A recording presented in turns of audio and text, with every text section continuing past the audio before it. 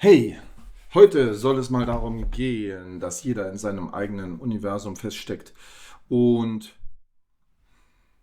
wie komme ich überhaupt drauf?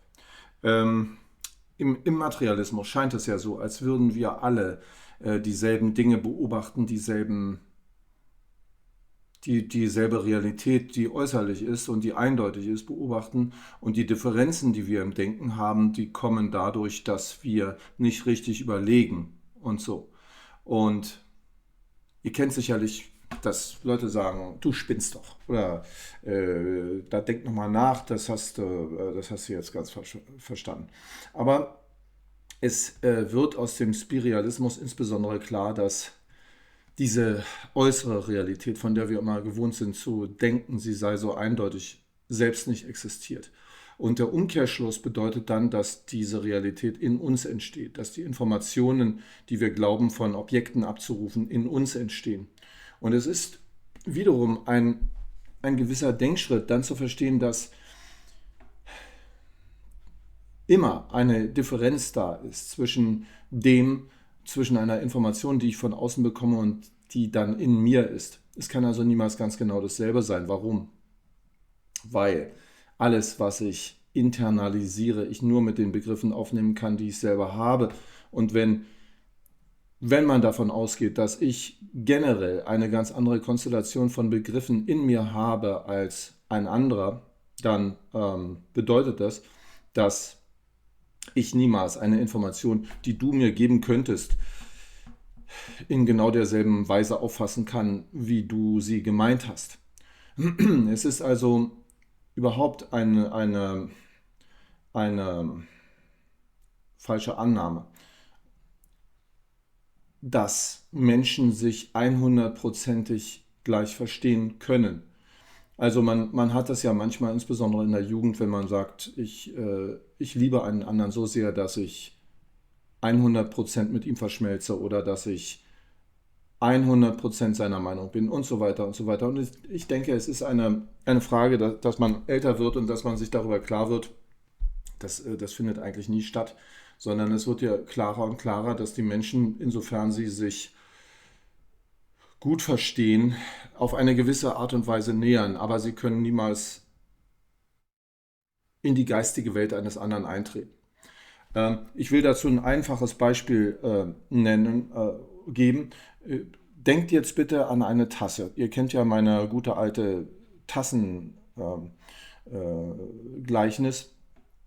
Und die Tasse ist ja für mich so ein Symbol für etwas, das in der sogenannten Realität wirklich da ist. Ganz einfach und ganz simpel, trivial, könnte man sagen. Ihr denkt jetzt also an eine Tasse und ich zeige euch die Tasse an, die ich gerade dachte. Es ist die, die hier bei mir steht, natürlich, meine Tasse. Und es ist klar, dass ihr an etwas anderes dachtet, eine andere Tasse.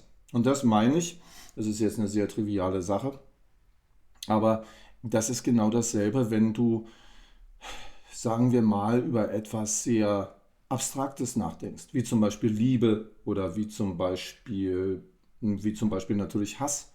Warum liebt man? Was sind die gemeinsamen Dinge?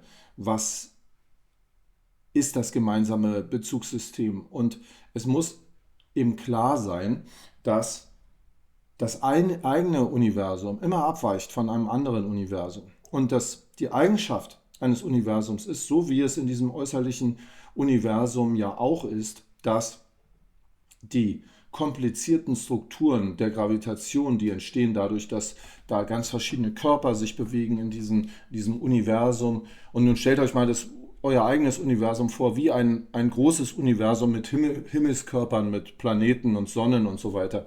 Und stellt euch vor, euer Universum wäre anders als das von jemand anderem. Ein anderes Universum mit anderen Himmelskörpern und so weiter. Dann ist klar, dass an jeder Stelle dieses Universums die Gravitation, die auf einen gedachten Himmelskörper wirken würden, auf ein gedachtes Objekt, immer ganz verschieden sind. Und es kommt zusammen und es kommt zustande durch eine Konstellation von Himmelskörpern, die bei euch einzigartig sind. Und nun wieder zurück zur geistigen Welt. die ich ja immer vergleiche mit dieser Konstellation von Himmelskörpern in der sogenannten materiellen Welt, weil ich immer davon ausgehe, dass wenn wir in das Universum sehen, dann sehen wir in ein Bewusstsein und wir sehen nicht in eine Welt aus Materie. Also wir kommen zurück zu unserer geistigen Welt. Warum ist meine geistige Welt ganz anders als eure? Ich will es mal auf eine ganz einfache Art sagen, weil ich mich hier zum Beispiel in einer Umgebung bewege, die zum Beispiel schon mal ganz anders ist als eure. Also meine triviale Tasse, die ist anders als eure, aber überhaupt meine ganze Umgebung hier ist anders. Natürlich sind auch die, die einzelnen Dinge, die ich denke, anders als eure. Unsere Begriffe, unsere Begriffe sind äußerlich gleich, wir benutzen die gleichen Worte, aber wir haben zu den Worten verschiedene Vorstellungen.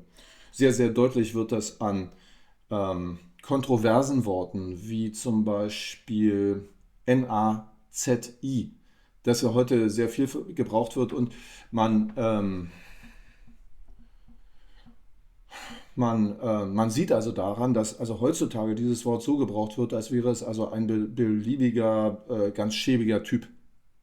Aber eigentlich entstanden ist das Wort ja im Dritten Reich und es bedeutete also jemand, der typischerweise damals Mitläufer war und genau das ausführte, was die Regierung ja ihm vorgab und also eine gewisse Art von Machtbewusstsein daraus entwickelte und ein gewisses Selbstwertgefühl dadurch, dass er diese Macht, die von oben kam, nahm und nach unten weitergab. Also eine schon sehr schäbige Art und Weise, aber wenn man diesen Begriff zum Beispiel richtig versteht, dann könnte man ihn nicht so anwenden, wie er nun dauernd hier heutzutage angewendet wird.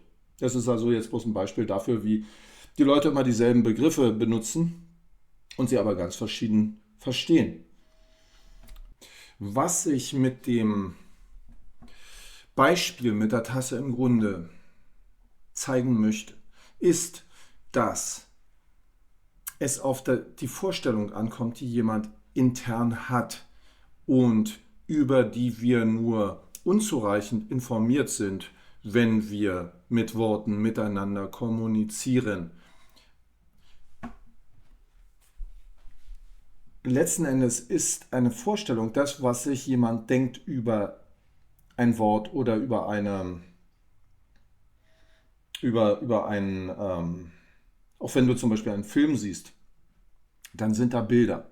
Und die Bilder sind natürlich wesentlich konkreter, als wenn du versuchen würdest, dieses Bild in einem Roman zu beschreiben, was du da sehen kannst. Das ist wesentlich konkreter.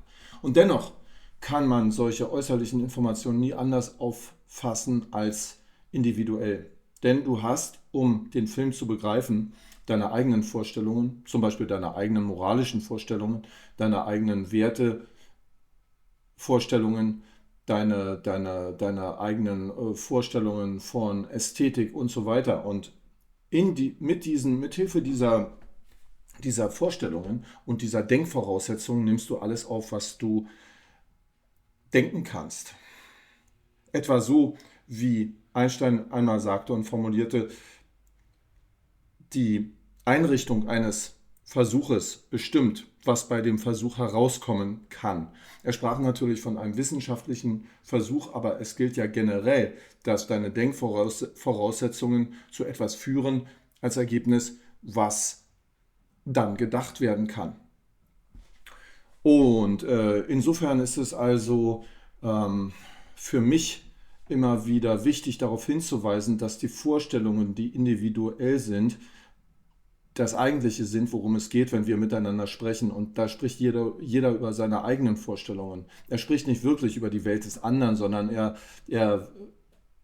spricht über seine eigenen Vorstellungen, wenn er Ratschläge gibt, wenn er seine Meinung gibt, wenn er dies und jenes macht, dann entsteht immer eine gewisse Verwirrung. Über wen reden wir hier eigentlich? Sondern es ist generell die eigene Meinung.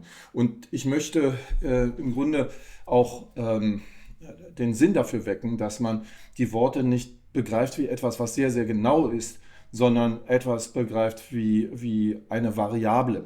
Jedes Wort ist eine Variable und man wird sich dieser Tatsache umso bewusster, je mehr man quasi metaphorisch denkt. Ich hatte ja hierzu mal ein Video gemacht, ich werde es dann mal einblenden, die Nummer und so weiter und wie es hieß, metaphorisches Denken. Nicht jeder hat es, würde ich sagen, Aber der es hat, der versteht umso besser, dass man jedes Wort ausdrücken kann in 10.000 anderen Worten und dass man es umschreiben kann in Geschichten, in Stories, die uns allen eigentlich bekannt sind. Oder wer verschiedene Sprachen spricht, der wird wissen, dass man von einer Sprache nicht direkt in eine andere übersetzen kann, sodass sich der andere das dann vorstellt, was man gerade sagt, sondern allein schon die Worte haben in ihren Bedeutungen verschiedene Bilder, die da mitgeliefert werden. Und dann kann man sich vorstellen, dass verschiedene Kulturen dahinter wieder ganz verschiedene Dinge sehen, sie mit einer anderen Art von ähm, wie soll man sagen, eine andere Art von Emotion aufnehmen, beispielsweise eine andere Art und Weise von Kultur jeweils damit verbinden und eine andere Art und Weise von, eine andere Denkwelt letzten Endes dahinter steckt. Aber worauf es eigentlich ankommt, das ist diese Vorstellung in einem. Das ist das, worüber man eigentlich redet, wenn man zu anderen spricht und man benutzt dazu die Worte, die wie gesagt wie Variablen sind und die von sich aus also schon eine sehr, sehr starke Unschärfe haben. Ich hatte ja gesagt, dass die Worte, das sind Variablen und es sind, es sind im Grunde verschwommen wirkende Ausdrücke. Und ich wollte das mal darlegen anhand von Gleichungen, die ihr kennt. Also wenn ich zum Beispiel sage, a plus b ist gleich c, dann ist das natürlich eine Aussage, die stimmt. A plus b, also etwas plus noch etwas, ergibt etwas Drittes. Wenn, das ist also eine sehr, sehr allgemeine Aussage. Wenn ich zum Beispiel das konkretisiere und sage, 1 plus 1 ergibt 2, ich bleibe jetzt mal bei 1 und 1, dann möchte ich meinen Fokus darauf lenken, dass dieses 1 und 1 natürlich wieder Variablen sind für alles Mögliche, was da sein könnte. Beispielsweise ein Baum. Ein Baum wiederum kann auf verschiedenste Art und Weise gedacht werden. Man hat also hier überhaupt nichts Eindeutiges vor sich. Es wird zum Beispiel Leute geben, die sagen, dieser Baum ist für mich ein Haufen Späne. Diese Späne kann ich in meiner Brennstofffabrik verarbeiten zu Holzbriketts. Und wenn ich 2 Bäume habe, dann habe ich den doppelten Haufen Späne, sagen wir mal 20 Kubikmeter. Ein anderer wieder wird sagen, dieses ist ein ein Wunder der Natur. Da sind also Vögel drin, die da nisten, da ist ein Eichhörnchen, was drauf rumklettert. Und wenn ich 2 Bäume habe, dann habe ich den Eindruck fast schon eines kleinen Waldes. Ein dritter wird kommen und wird sagen, diese beiden Bäume oder ein Baum davon ist ein Kostenfaktor, denn ich beabsichtige, dort ein Windrad zu errichten und da 100.000 dran zu verdienen. Und so gesehen muss das so schnell wie möglich weg. Und damit will ich also sagen, dass was Leute unter diesen Worten, den Begriffen, auch wenn sie dort etwas sehen, zum Beispiel einen Baum, darunter verstehen, das ist etwas ganz Verschiedenes jeweils. Und es hängt damit zusammen, was diese Menschen für Bilder im Kopf haben, welche Absichten sie haben, wohin ihre Gedanken gerichtet sind in der Art eines Vektors. Sich dies klar machend wird also klarer, dass alles das, was wir miteinander kommunizieren, auf eine Art gedacht ist und auf eine andere Art und Weise aufgenommen wird, sodass am Ende gelten muss, jeder bleibt in seinem Universum. Und das meine ich, und das meinte ich übrigens auch damit, um nochmal darauf zurückzukommen, ich hatte ja vor kurzem ein Video gemacht, warum sind die Universen immer rund? Indem ich zunächst darauf hinwies, dass es also viele Universen gibt. Warum? Weil ein Universum immer alles ist, ein All. Und dieses All ist für jeden Einzelnen etwas anderes. Alles ist für jeden Einzelnen immer etwas anderes. Daher gibt es also verschiedene Universen. Und die Universen sind immer rund, so wie aus der Innensicht jedes Universum, jedes Ich so erscheint, als sei es in sich geschlossen, in sich völlig logisch, in sich nicht anders deutbar, denn man kennt ja seine eigenen Denkobjekte, die sich gegenseitig durch die Gravitation der Gedanken beeinflussen und formen. Und man hat den Eindruck, dass bis zu einer gewissen Grenze dieses Universum geht und darüber hinaus aber auch nicht. Nun hatte ich dargestellt, dass wie in diesem großen Universum, das wir vor uns zu haben glauben, die Wissenschaftler die Grenzen des Universums da vermuten, wo sie dann nicht mehr weitersehen können. Und ganz ähnlich ist es bei unserem eigenen Ich-Universum. Wir haben also eine gewisse Beschränktheit vor uns, die in uns selber liegt, in unserem Vermögen zu denken vielleicht, so könnte man es ausdrücken. Wobei ich niemanden beleidigen will, sondern ich sage ausdrücklich, das geht allen so. Alle haben diese Denkgrenzen und können darüber hinaus nicht denken. Die glauben trotzdem, sie seien im Vollbesitz also in der Lage, alles denken zu können. Was wiederum die Logik des Materialismus ist. Deshalb also sind unsere Universen scheinbar in sich geschlossen, in sich logisch. Und Leute, die diese Relativität nicht verstehen, das sind die Leute, die geneigt sind, zum Beispiel auf der Straße mit dir endlos zu streiten und nur ihre eigene Meinung zu akzeptieren als richtig. Ich vergleiche das übrigens auch immer mit dem Bibelsatz es werde Licht, sagte Gott. Es werde eine Vorstellung. Und von dieser Vorstellung ausgehend kommen weitere Vorstellungen dazu, je mehr man die Logik in eine aufteilt. Ganz ähnlich wie in der Bibel sich aus dem einzelnen Adam als nächstes ein Paar entwickelte, in dem sich Adam selbst eine Rippe rausschnitt aus seinem Körper und dann waren zwei da. Und durch diesen Dialog von Vorstellungen entsteht etwas Drittes. Das ist übrigens dann auch wieder der Werdungsprozess. Dies ist ein keltischer Knoten, er hat 3 Spitzen.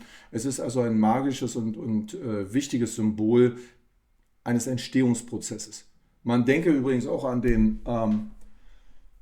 Philosophen Hegel mit seinem Einheit und Kampf der Gegensätze, indem er aus meiner Sicht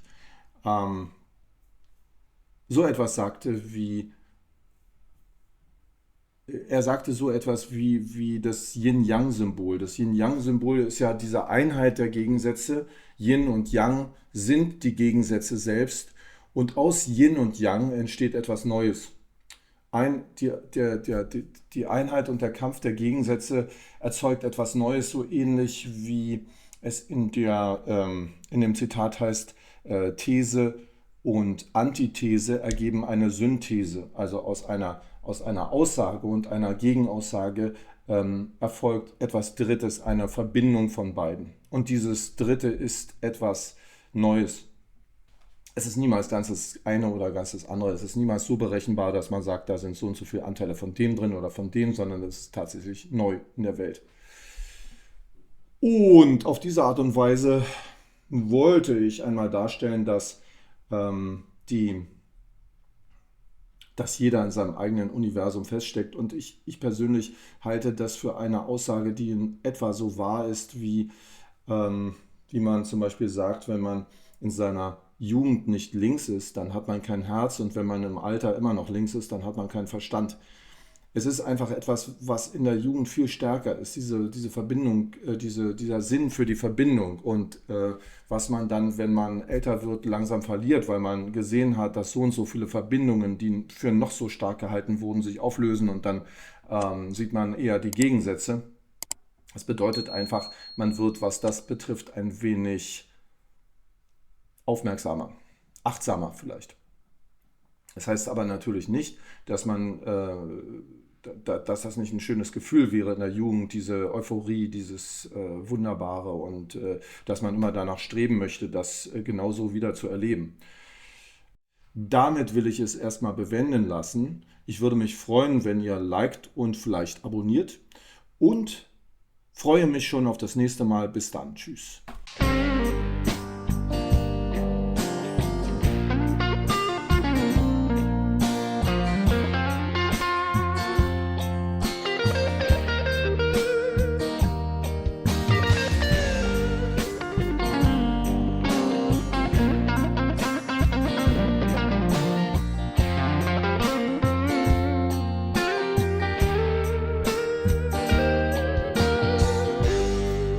take your anger, baby. I can hold your pain. In the night full of thunder and sideways rain.